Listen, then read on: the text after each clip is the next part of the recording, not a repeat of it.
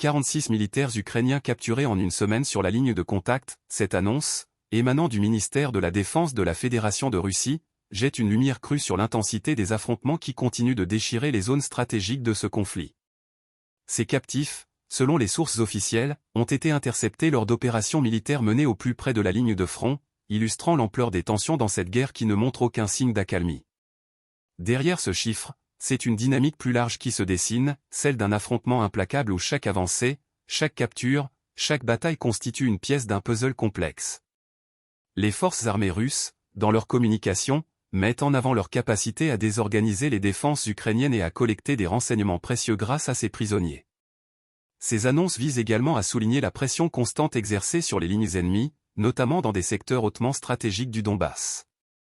Si ce chiffre semble modeste à première vue, il s'inscrit dans un contexte bien plus large d'échanges de tirs, de bombardements intensifiés et d'opérations au sol qui, chaque semaine, redéfinissent les équilibres sur cette ligne de front sinueuse. Ces événements témoignent de l'importance cruciale que les deux camps attribuent à la maîtrise des territoires clés. À mesure que le conflit s'intensifie, chaque prisonnier, chaque véhicule détruit, chaque position capturée devient un symbole de cette guerre d'usure où chaque détail compte. Alors que les récits divergent d'un côté à l'autre de la ligne, ces captures mettent en lumière les conditions dans lesquelles se déroulent les combats.